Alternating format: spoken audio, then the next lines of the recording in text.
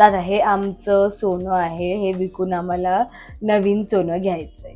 हे जे माझं जुनं एकदम सोनं आहे त्याचे मला किती मिळतील? 25 लाखाच्या आसपास पकडा. मम्मी तू जर सोनं विकलंस ना तर 2.5 लाखांचं नुकसान होईल. मॅडम असं कसं नुकसान होईल? हे बघा तुम्ही आधी मार्केट चेक करा, कळलं? 1000 रुपये पण कोणी दिले ना तुम्हाला तर मी 25 लाख रुपये माझ्या पाकिटातून देईन. नाही, तुमची चुकी नाही आहे.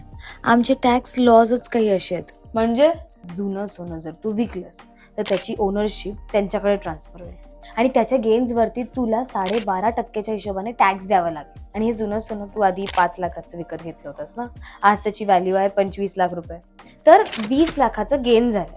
सो या 20 लाखावरती तुला 12.5% टॅक्स द्यावा लागेल, म्हणजे अजून 2.5 लाख रुपये. पण समजा जर तू याच सोन्याला मेल्ट करून एक नवीन ज्वेलरी बनवतेस तर त्याची ओनरशिप ट्रान्सफर नाही होणार आणि 12.5%चा टॅक्स द्यायचं पण वाचून जाईल. म्हणजे सरळ 2.5 लाख रुपये वाचले.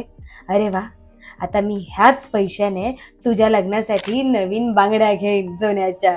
मम्मी यार